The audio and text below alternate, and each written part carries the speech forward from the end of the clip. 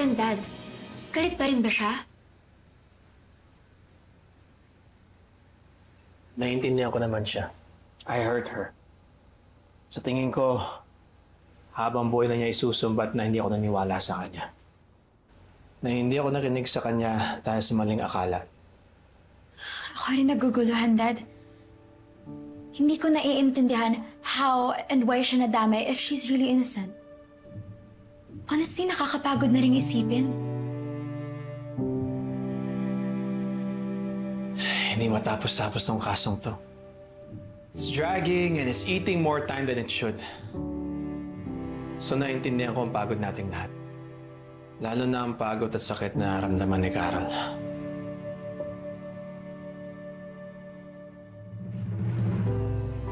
Sana nga matapos na lahat ng to. And even if it would raise more questions than answers, sana nga totoong walang kasalanan si Carolina. The court is now ready to render its decision in the matter of People of the Philippines versus Carolina Astor, also known as Lorena Herrera. Criminal case number 2025721. Please read the decision. The ruling that follows is based solely in the evidence presented during the trial. The credibility of the witnesses and the arguments laid before this court by both parties. The court has weighed the evidence presented, the testimonies of witnesses, and the arguments of both the prosecution and the defense. It is not denied that the accused, Carolina Astor, under the name Lorena Herrera, withheld her true identity for 9 years. This concealment has raised legitimate suspicions and complicated the investigation of Mrs. Jocelyn Santos' death. However, we must judge the accused not by perception or assumption, but by evidence.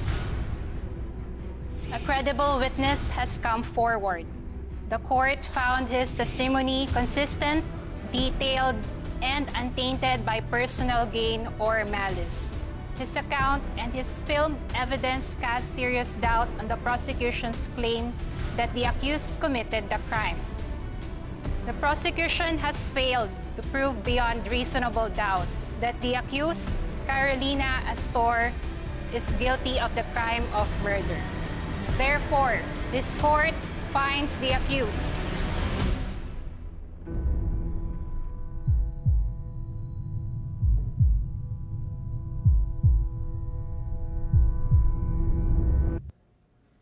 not guilty.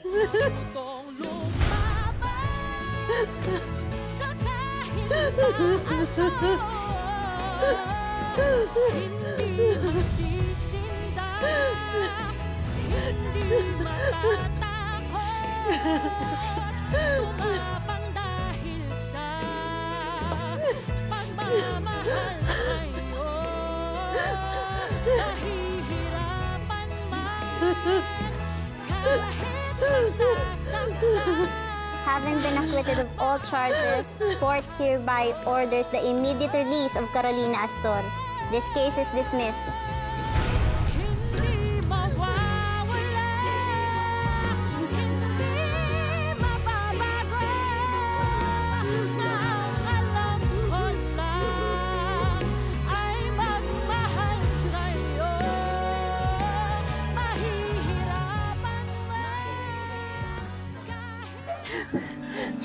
Judge, maraming salamat po.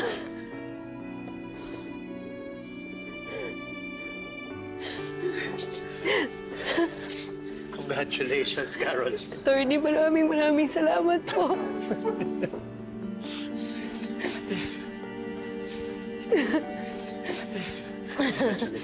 Salamat, Atty. Salamat. Salamat. Ate, malaya ka na. Malaya ka na. Mga lahat ng pagtitiis mo, anak. Ang kapait ng Diyos.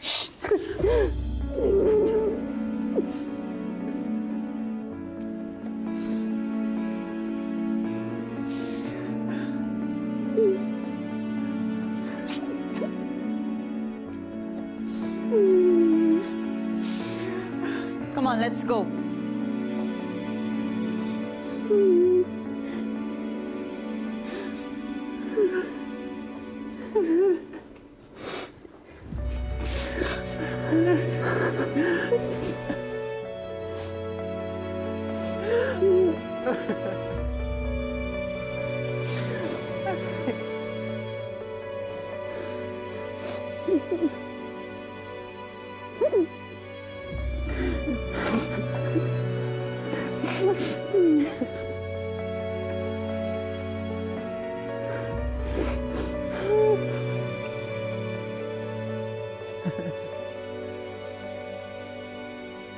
Hey, are you okay?